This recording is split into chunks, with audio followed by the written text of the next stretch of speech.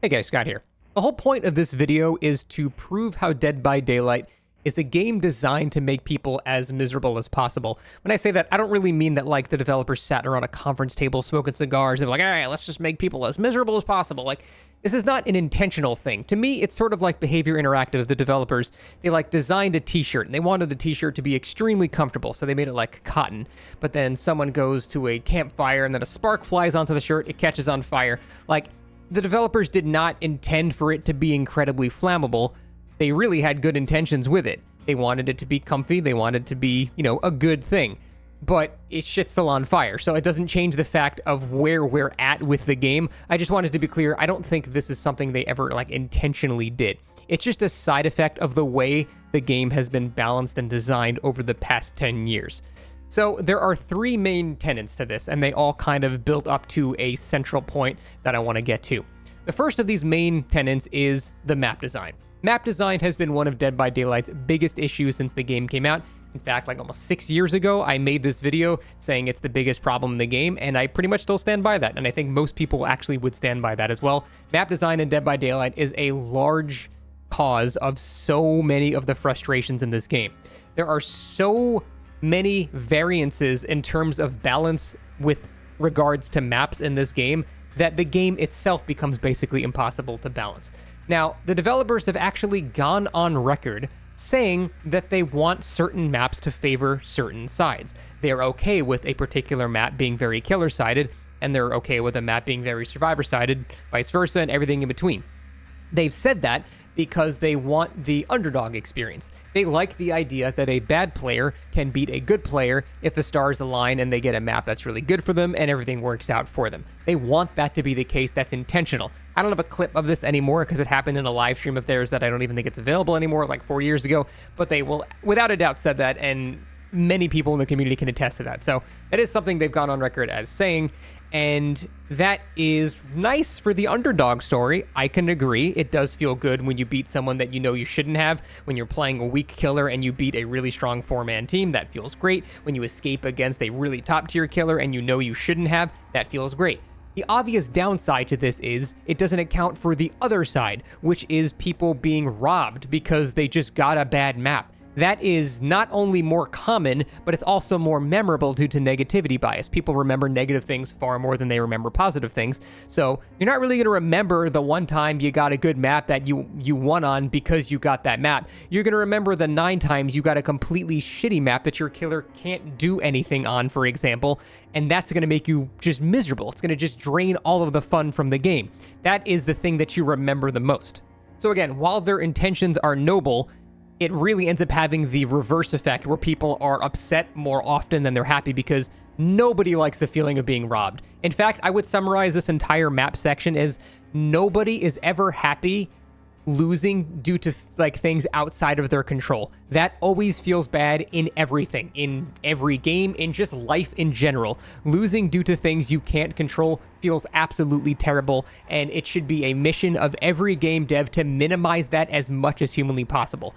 Obviously, that's not the case in Dead by Daylight. Dead by Daylight kind of thrives on that. Now, when you have this insane level of disparity, the game is basically impossible to balance. How can you have a killer on one map have 10 pallets and another map has 20 pallets, for example? How can you balance the game uniformly when there's such disparity here? It's impossible. You can't do it.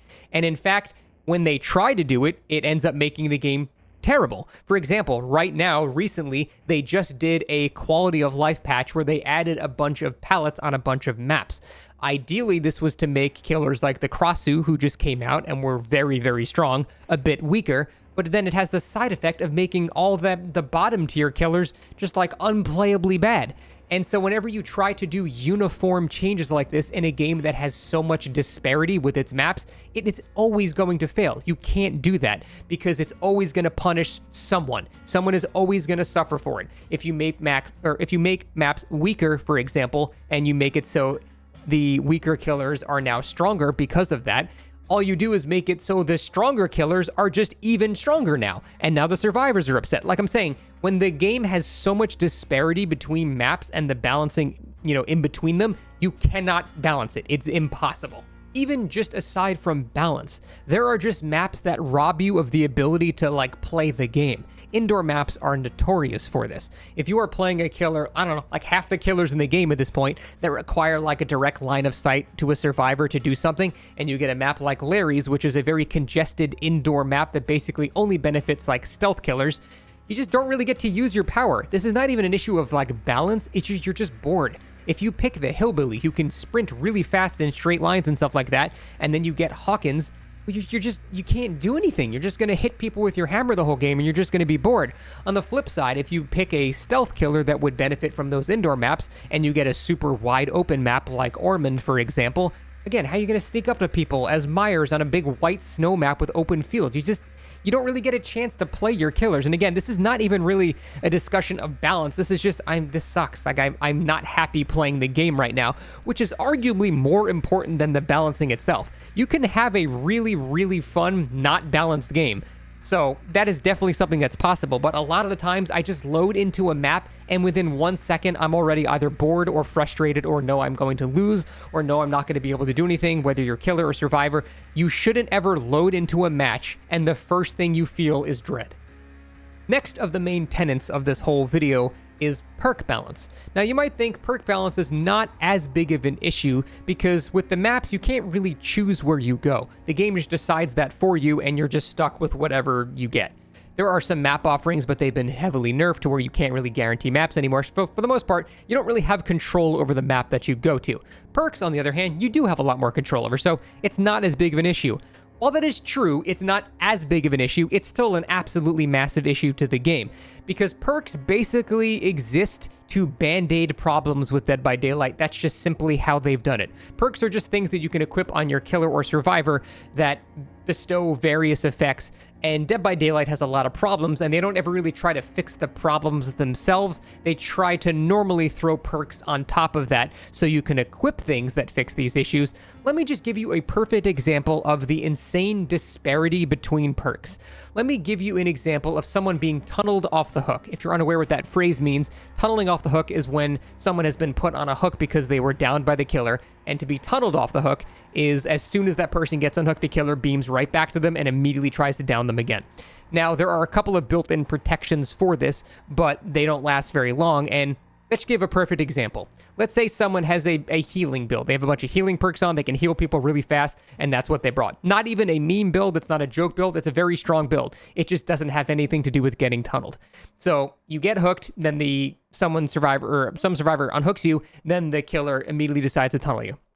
What's going to happen is the killer is going to wait 10 seconds because you have 10 seconds of basically invulnerability off a hook. After that 10 seconds, he's just going to smack you. You're going to go down. He's going to pick you up and put you back on the hook. You're now one step closer to dying. You didn't really get to do anything. That's that. So that feels terrible. Now let's go over someone that didn't have a healing build. They have a specifically anti-tunnel build. So what happens is the killer will wait 10 seconds and he goes to hit.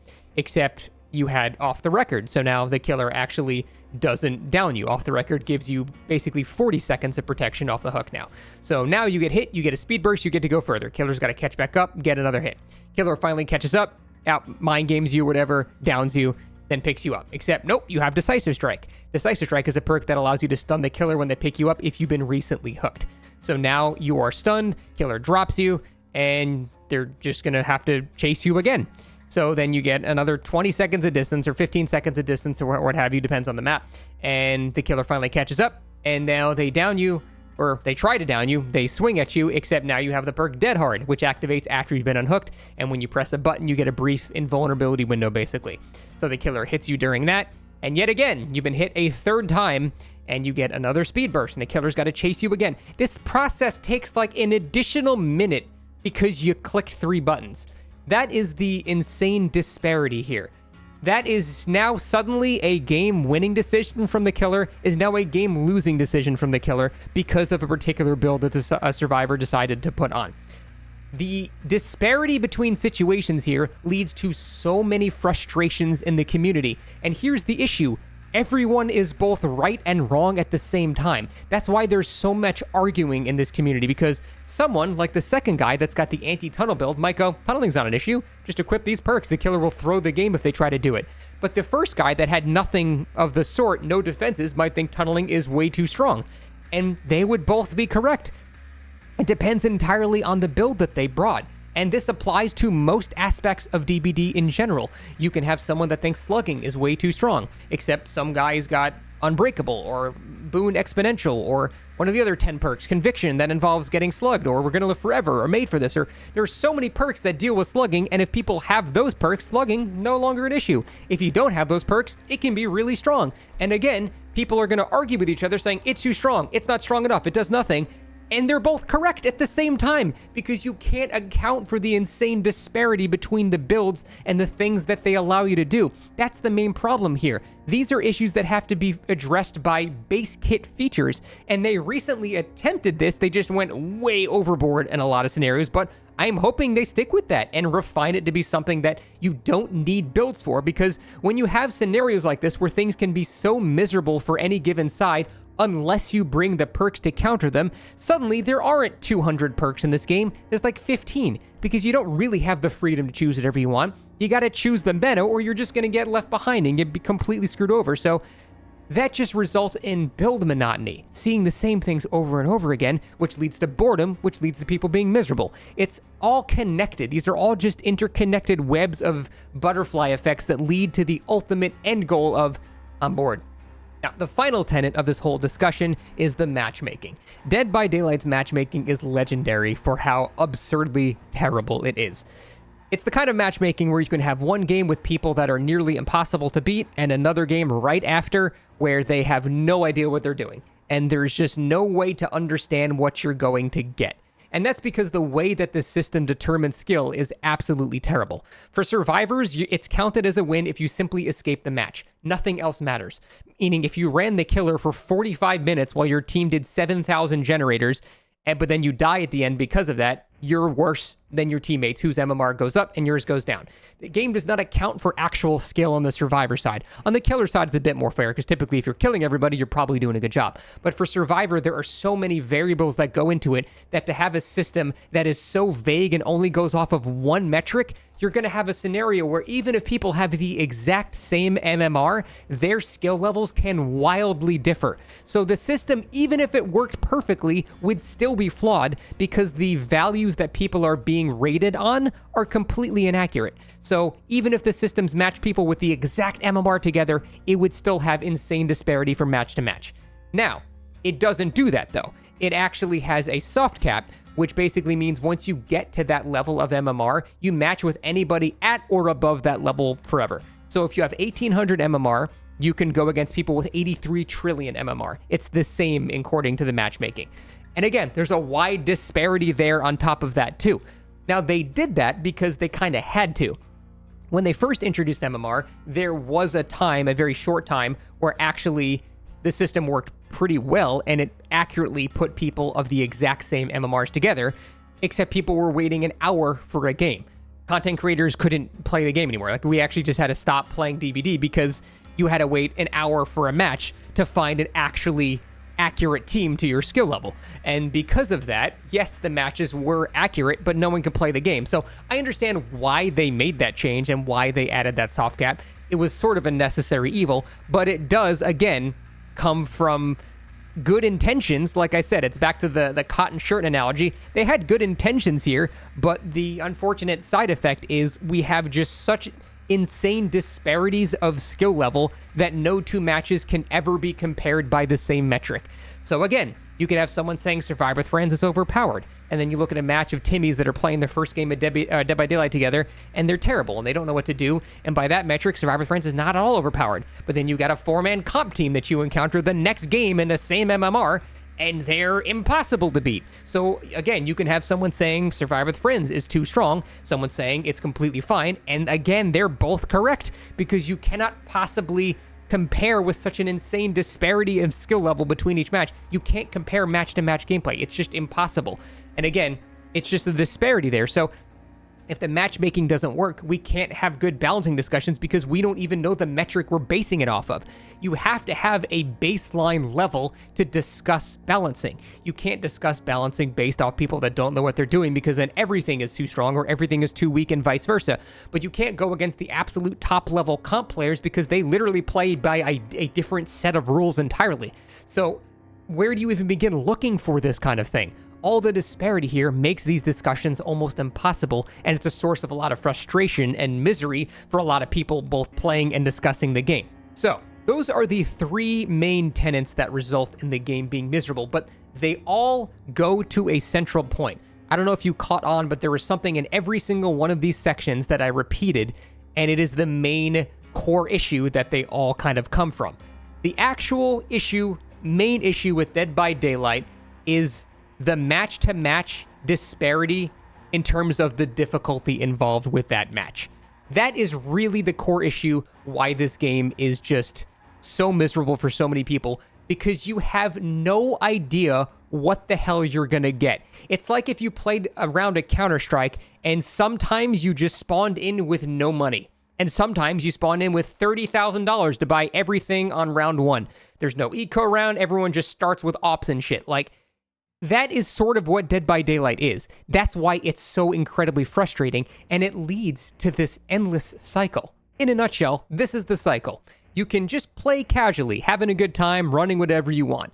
Eventually, you're going to very quickly encounter a difficulty mismatch, whether it's because the map that you're on is too strong, the builds you're going against are too strong, the matchmaking didn't work. Any of these three core tenets can result in this scenario, but the end result is, for some reason, this is not an equally set match. Something is hugely imbalanced here for any one of these reasons. So you're going to encounter this. Again, doesn't matter what the reason is, but you'll encounter that. So then your rationality would be there. Well, the last thing I went against is unfair. I got a really bad map. I got a really strong team. They had really good perks. I was playing a really weak killer. The matchmaking was really bad. Whatever. The last thing I went against was unfair. So now next game, I'm going to bring something really stronger to mitigate those imbalances. I'm going to minimize the chance of the game screwing me over by bringing in something much, much stronger and going super, super hard in trying to win. But then the next game, it works in the opposite direction. There's a massive overkill due to encounter difficulty going in the other way. The map is really in your favor this time. Matchmaking was really in your favor. The survivor perks are not really good against the killer you brought. You're playing Plague and they all brought healing builds, for example. Whatever the variable is, this next game is vastly overkill and was way too easy. So then you go, okay, fine, that was ridiculous. Let's tone it back a bit. Then you go back to playing casually again. And then the cycle just repeats forever. So you can see here how the disparity in the match that you actually get and the difficulty and how much you have to try, a lot of the things being outside of your control, results in so much people being upset all at once because everyone's right, everyone's wrong, everyone's frustrated, everyone's having a good time, all at the same time. It's pure chaos. So I have said a bunch of things about this game that are a problem, but it would be unfair to talk about these problems and not suggest solutions here. And I've talked about this kind of previously before, but I really think the only way Dead by Daylight can handle these actual issues with the game is to acknowledge the game is an unbalanced, chaotic mess. You need to stop trying to do blanket changes to everything all at once. It never works. There are always going to be some group of people that get screwed over because the difference between F tier and S tier, be it perk, killer, balance, map, anything, is so varied you cannot make blanket changes to the game. They need to be specific. And the good news is they kind of hinted at this possibly being a thing they're looking into. On the PTB for the anti-tunnel and anti-slugging changes, they did mention that some killers, the top tier killers, would not benefit as much from like these unique hook benefits from that change. It indicated that they knew who the strong killers were, and those killers should receive less of a benefit than the weaker killers. That, I think, is the correct way to go. For example, if you're playing a bottom tier killer, if you're playing Ghostface or Myers or Pig or Dredge or any of these killers that are really weak, maybe the map spawns less pellets. Maybe it spawns one more dead zone. Maybe this map has 13 pellets instead of another map that might have 18 pellets. You can cater the resources of the game itself to reflect how strong the thing that people are encountering actually is. And the killer is going to be the main determining factor on the level of strength involved in that match there. And so you can make it so the weaker killers just have less resources that they have to encounter. and the stronger killers will have more resources.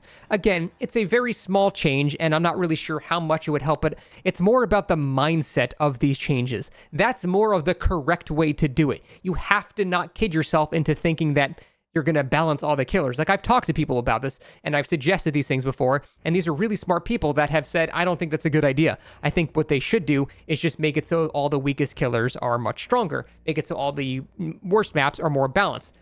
Yeah, in theory, that would be great, but it's been almost 9 years. When are you going to stop deluding yourself into realizing that's just simply not going to happen? It's an Ouroboros. At the same rate that they fix a previous problem, they introduce 2 new problems. Just recently, they introduced the Krassu, who was way too strong, so they need to emergency fix that, so all their attention is on her. And then we have Myers, like in that one meme with him sitting drowning under the pool, just like forgotten, and he's just been made terrible. And now Myers is probably going to be terrible for years. The whole point is, whenever they try to fix something, they break something else, and it's just, we're never going to be in a scenario. It's been 9 years. We're never going to be in a state where everything is actually balanced, so now we can do blanket changes to the game, and it's perfectly fine to do that. They need to acknowledge the game is wildly imbalanced and go from there. You can even do this with perks too. This is far more experimental, but acknowledging certain perks are stronger than others would work with like a point system. I actually very briefly worked on like a tournament for this, but it was just so much work for no reward I gave up on it. But basically, you can assign certain perks certain values based on how strong they are. A perk like Decisive Strike would be a lot of points to equip for a build. A more useless perk would be, 1 perk, for example. And you can have builds be generated like that, so you can release perks that might not even in design be able to be super strong, but they don't cost as much, so you can have a more stress-free build by putting that on, basically. So there are plenty of ways to do this stuff. All of the message I'm trying to say is, it just all comes from acknowledging that the game is broken and working with that. Don't fight against the current. Acknowledge the game is insanely varied from weakest to strongest depending on various different factors, and go from there. That's so much better than just pretending we're going to fix everything and doing blanket changes that fuck over half the player base every time they do it. So overall, I think that is why DBD is just so miserable to play. The insane disparity between the difficulty of each match that you get means you can't prepare for it. You don't know what you're going to get. And if you over-prepare, you're bullying people that are going to then have a miserable time, who are then going to over-prepare, who are going to give another group a miserable time, who are then going to... It's just an endless cycle of people just being miserable. And due to how much disparity there is, people are arguing with each other non-stop. And it's impossible to win these arguments because no one is wrong or right. Because given any given particular scenario, they can both be right or wrong at the exact same time. That's why there's just so much frustration and just like misery in the community. It's that. That's the main reason. The disparity between the difficulty of match to match. That's it. That's the main reason. I can't think of any more succinct way to put that. They need to acknowledge that. That is the end of this video. Thank you for watching. See you next time.